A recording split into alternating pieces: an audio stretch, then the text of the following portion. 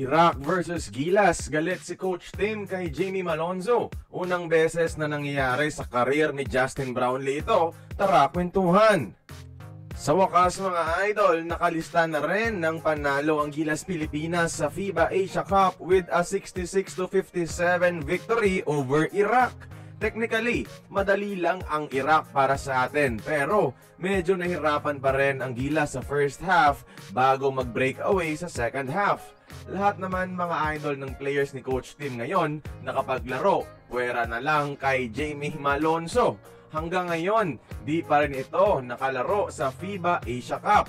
Kahit tambak na din ang Iraq kanina mga idol, di pa rin pinapasok. Lahat nakapaglaro ng more than 4 minutes, puwera lang kay Jamie na did not play talaga. Spekulasyon ng karamihan ay dahil masama ang loob ni Coach Tim sa kanya dahil sa pagpirma sa Japan at pag-iwan sa Ginebra, kaya hindi pinaglalaro ngayon sa Gilas.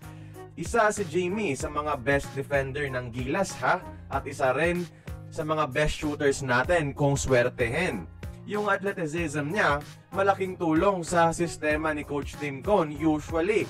Kaya wala talagang concrete reason bakit hindi nagagamit other than dahil naging priority niya ang offer ng D-League imbes na manatili sa Ginebra mga idol.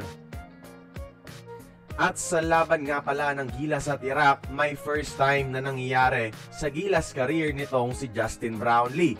First time niyang umiskor ng single digit mga idol sa buong laro. 8 points lamang ang ginawa niya kontra Iran in 3 of 12 or 25% field goal shooting. Malayo sa tournament average niya na 28 points kada laro. Ganun pa man mga idol, sa ibang aspeto rin naman bumawi itong si JB. Meron siyang 7 rebounds, 3 steals at 4 assists to make up for his low scoring game. Si Dwight Ramos ang naging bida natin sa laro with 21 points and 5 rebounds.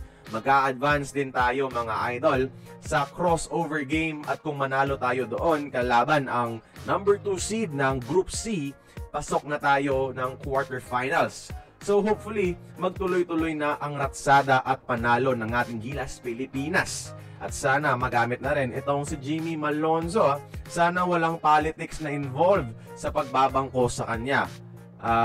Para naman sa bayan to mga idol, walang politika dapat. Kaya kayo, tingin nyo, makakapasok na kaya ang Gilas ng quarterfinals ngayong FIBA Asia Cup mga idol? Okay na ba ang kanilang sistema ngayon? Okay na ba ang kanilang level of play? Kayo na humusga mga idol, join the conversation, magkomento lamang sa ibaba.